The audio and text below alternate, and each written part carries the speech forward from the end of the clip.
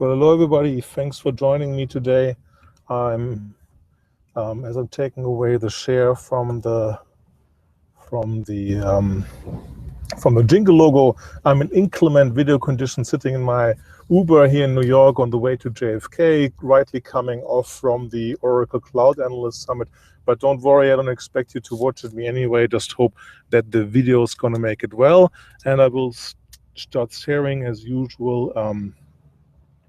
My story file that I compiled of my tweets. Later I will do it for all the tweets of the summit that we had today. So with that, you should be over, and I'm sharing the tweets, and you should be able to see a collection of the tweets I sent during the day. So it was the third Oracle Cloud Analyst Summit happening.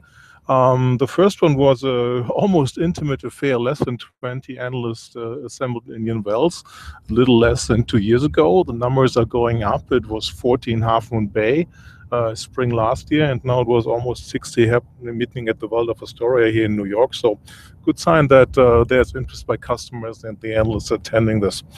So starting with Steve Miranda, who kicked off the day, he shared in one very tangible slide what Oracle's objective is to become nothing else than number one in cloud applications.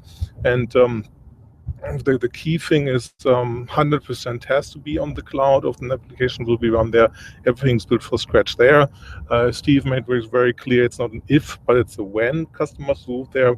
And the good investment on premise, of course, Oracle Apps Unlimited is alive and well, keeps happening. JD Edwards customer, PeopleSoft customer, Oracle eBusiness Suite customer will keep being supported.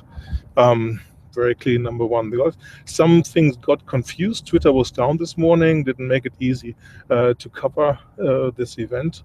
But we looked at that. And the interesting number also that Steve shared was that Oracle has invested cumulatively 38 billion R&D since 2005. So that's 10 years averaging basically 3.8 billion in R&D on these things. That's a substantial amount, and Oracle's looking for the revenue or the return on that.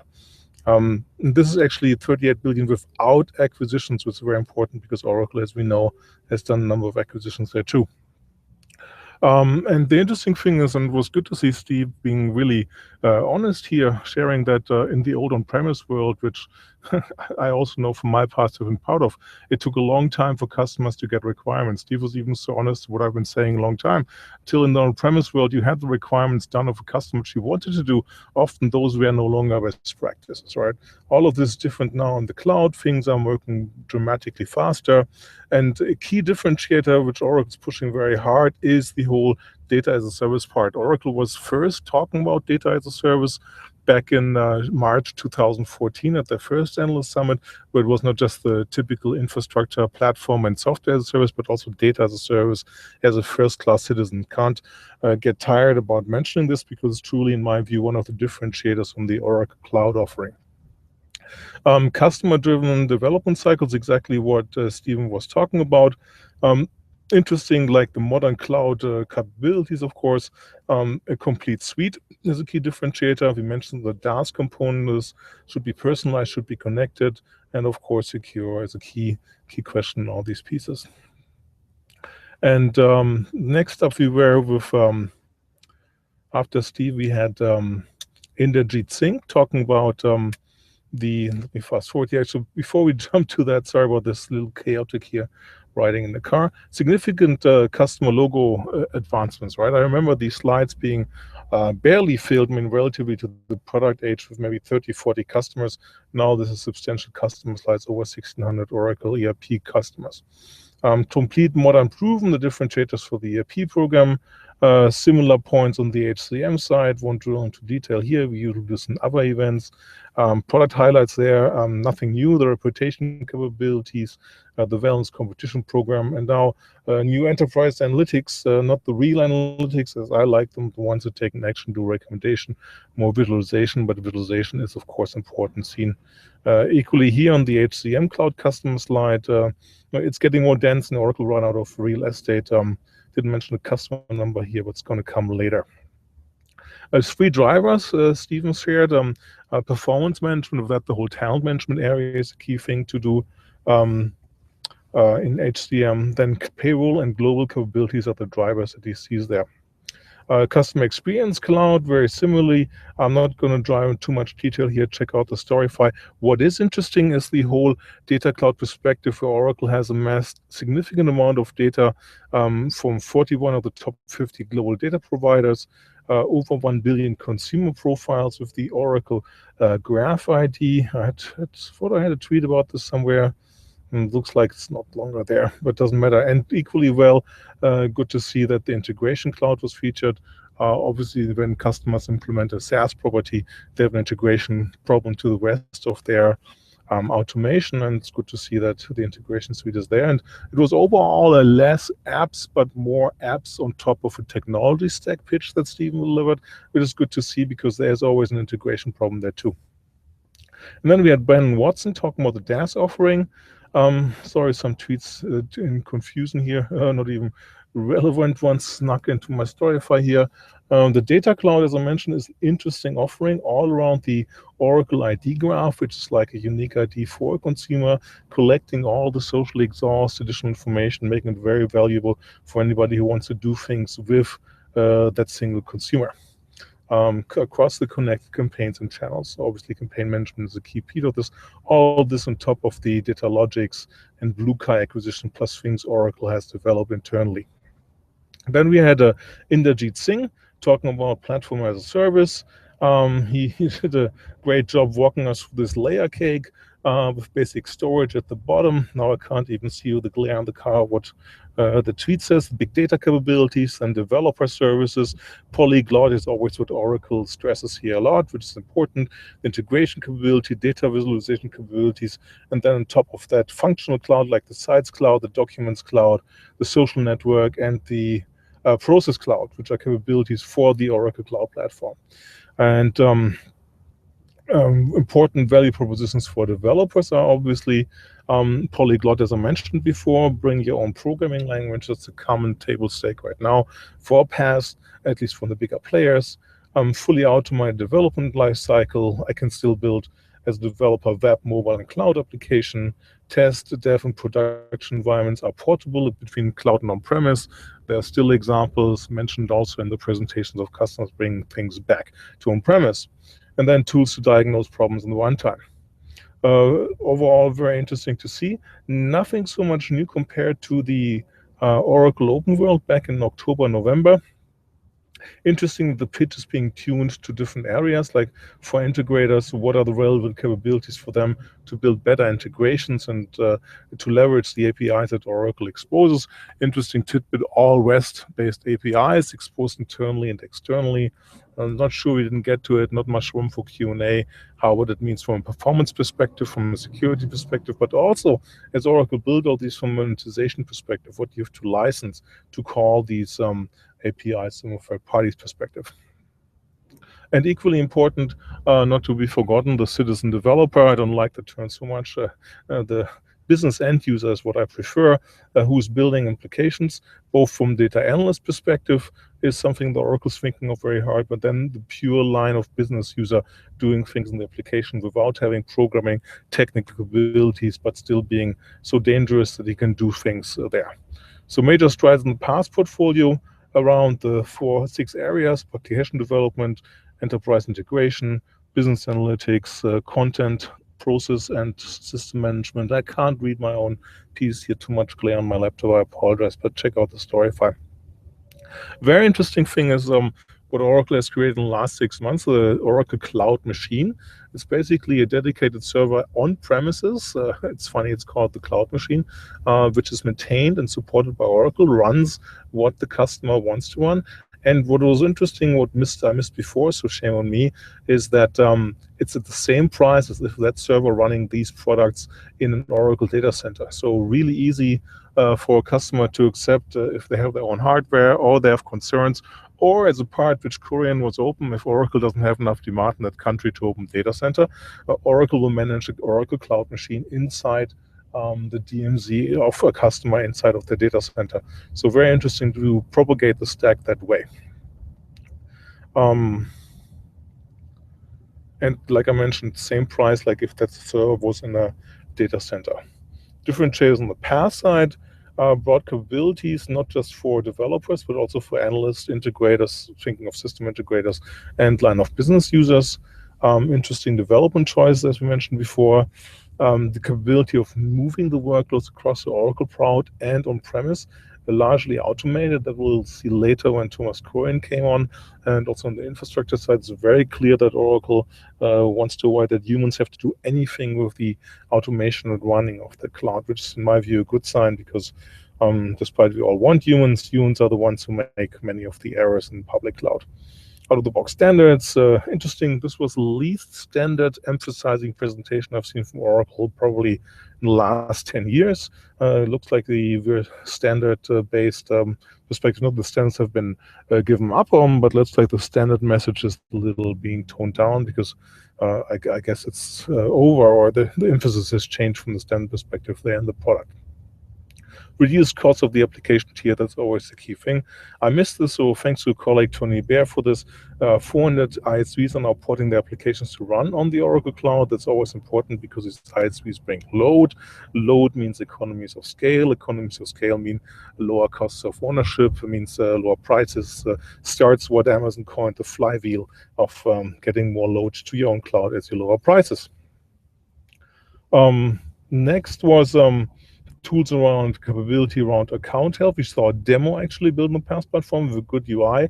That bad picture from my side doesn't give it a fair representation. I mentioned a much improved PaaS default UI for mobile. And next up, we were to the setup of the demo that we looked here, which was a real world scenario of a customer trying to access the information in the e-business suite and building a front-end mobile application that was combining information both from the sales cloud, the service cloud, and third-party information from the e-business suite in a mobile environment. So a good demo scenario, a good demo to see. No question, of course, Oracle Database Cloud is important offering here, and Oracle gives 5 different ways, different flavors to consume it, from a free developer portion all the way to an Exadata side portion there. And like we mentioned before, really polyglot capabilities are important from that perspective.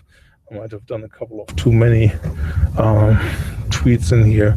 I can't even follow them all. And this is what's really interesting, shown by Inderjeet. And they will share the study with us. They mentioned is that Oracle went back to look at the steps for doing the usual things in the cloud, starting with facilities cost over the hardware cost, the software cost, and ongoing maintenance cost, and compared that and looked how can Oracle reduce these costs being built all on the same technology stack. And no surprise, these savings are significant. Here they were shared. Oracle claims that it's significantly simpler and faster to implement the same scope on the Oracle Cloud Platform than is to do that in Amazon.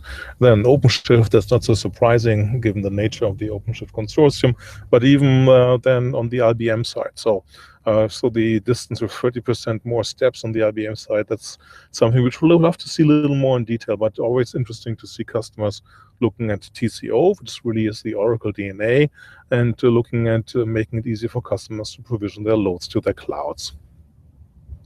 And the other last thing that was all over the open world message, the same technology step is running on premise like in the cloud. So this makes it the same architecture, the same software. The stress on the messages here was also the same skills. So IT departments which are comfortable running Oracle loads on premise have now the capability to run the same skills in the cloud and move the loads between them, which has been one of the differentiators of the Oracle Cloud offerings in general. Under NDA, we saw the roadmap. Very good things are coming. Can't say much more. Look at the tweets here. I'm pointing to it what Tony Baer asked. You can ask for this. Then we had Mark Hurd. The event was combined with a financial analyst event. So Mark was in a sharing mood for general financial data. General view of the world is SaaS is doing well, growing fast. On-premise apps are still being sold and on steady growth. On-premise and SaaS is combined solid growth, and PaaS is early, but it's a bigger opportunity than the above combined. It's interesting, and haven't really digested that much for us. So SaaS revenue is driving higher. It's grew 36% in financial year 2015, which was last financial year, and Mark Hurd shared he's seeing 50% growth in the current financial year. Deferred revenue is equally up, which shows that Oracle had some delivery glut. Might it be customers, might be technical abilities, but generally a good sign for that being something which is up. Equally, now I sent 2 pictures in one tweet. Now you can't see them because they got cut off by Storyfy or Twitter. Equally, numbers are up both for bookings and the SaaS pipeline. More distribution capacity. Oracle is adding more sales rep. Just last week it said it would hire 1,400 salespeople in EMEA. It will be interesting to see how this will be utilized. Oracle stresses a lot social capabilities for that. Many of them are what you would say in the old world telesales agents sitting in a central location. Actually, those 1,400 will be mainly based in 6 locations across Europe, Middle East, Africa. What I think is that if Oracle would only hire this 1,400 people, not to show these red bars going up over the years, but it clearly is more becoming a sales challenge than a product challenge. I asked that Mark Hurd in the Q&A even, and he didn't. He was diplomatic enough not to say it's a sales problem or a product problem, but it's a blessing for Oracle Cloud. Was the answer there? Interesting statistics here too. The numbers were very low back in Q1 financial year 2013. So just for everybody else, this is really June to August 2012. This is how Oracle does their years. So very low numbers in the 50s, 57s, 11s for CX, customer experience, HCM, the ERP cloud. No, there's no CRM there. And those numbers have thrived largely up to way over 1,000. Mostly in the CX side, where customer sales cycles are smaller. Oracle has done significant acquisitions for Loqua. These all will have helped to these numbers. Important thing, Mark, want to stress. Sorry, some things could be seen. He was being good promise in general here in the growth of on-premise and SaaS, but he was really not happy about somebody, I guess, of the financial community saying that Oracle is converting support revenue into SaaS revenue. What Mark Hurd held against is showing, I don't know if I have this piece here, that, I missed that. I think I took that, but I missed that, that service revenue is growing. And an interesting example how the new economy works. Larry Dignan, a great journalist over at CDNet, took my tweets, made a nice article about what's happening on the first half of the Oracle Cloud Summit. So he published even before the second half was done. And we had a question from our colleagues at Gartner where the scale would come from. The scale would come from converting, and we saw actually some more interesting later coming from converting existing customers. Mentioned that I asked Mark if sales or product. He said it's a blessing. He also didn't want to think about who's going to be their competitor in 5 years, but he was very specific. We know he's a big tennis fan that Djokovic is most likely going to win the Australian Open. And after Mark, we had Sean Price, always giving us a business perspective. Always interesting to see what he's talking about. Interesting example of a traditional retailer hearing 48 times your call is important to us, to the digital retailer where things are moving fast, as move more in line with the 21st century, which of course is related to what my colleague Natalie Petrov does, who was there. He was joined by Doug Henshin there. So good attendance from Constellation Research side. And next, infrastructure as a service, really the key thing which has been behind overall for Oracle. It's good to see that progress has been made there. Little mixture between what's current capability and future capability. So I had to ask a couple of times what is coming or what is not.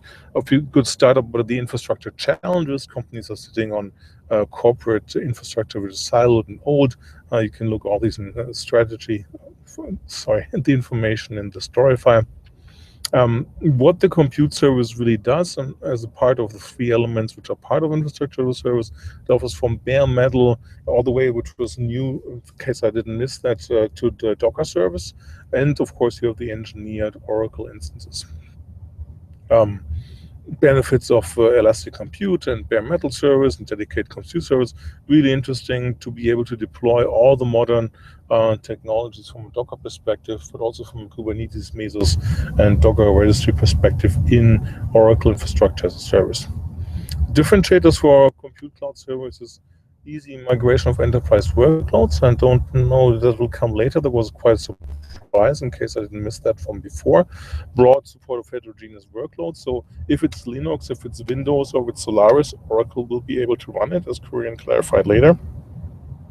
So on the storage side, object storage, archive storage, database backup, software appliance, and bulk data transfer are the 5 elements. Everything seems to be 5. You can see here from the use case perspective, seems to be a new magic number.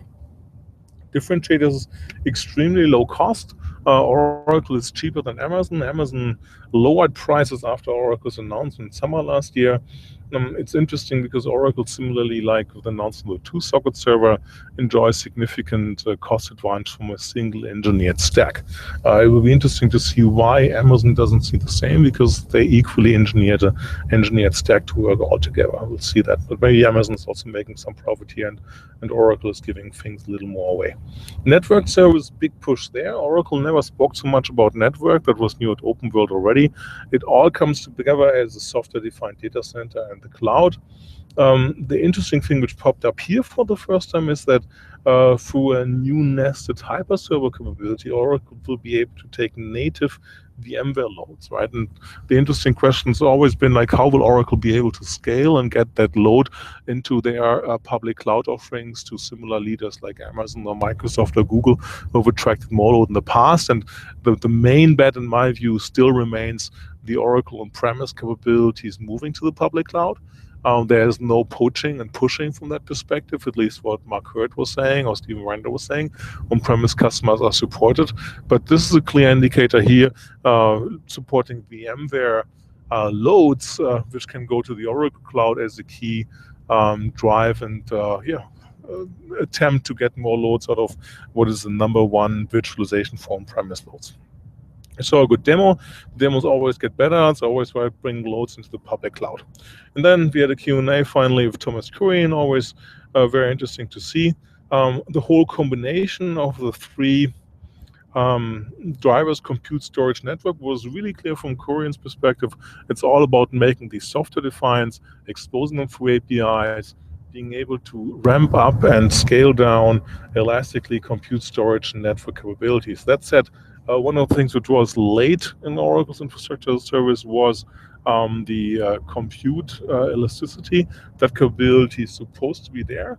I haven't verified that in detail. It will be important follow-up from my side to check on that. And it's getting better and better as Oracle speaks about data center. It looks they learn more and more, which everybody does, so that's good to see. I think they're very close to the conversations you have now with David Cameron as the great example. Look up on my blog, who shared from Amazon. Now Amazon runs the data centers, which was, to be fair to Oracle, significant. Amazon was a significant gap about a good year ago. And Korean visualize loads and make them fungible. Here's the example again, one more time, shown from his side, about what happens with the nested hypervisor to run loads directly, but run them through VMware. And also Oracle supports right now the VMs from both Amazon and from Google. Microsoft Saturn is in the making. So clearly a way for moving loads without taking any code and move them over to Oracle's cloud should be one way how Oracle wants to create more load for their cloud.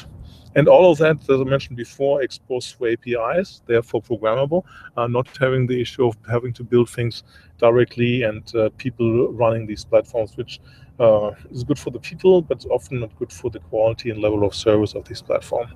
And of course, management and monitoring service for exactly the reason we said.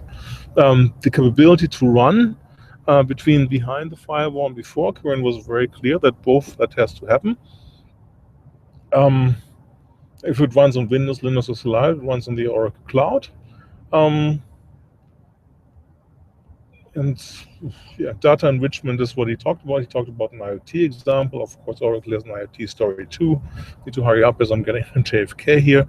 Was faster than I thought. The extension of PaaS as service, that was always Open World 2014 was about.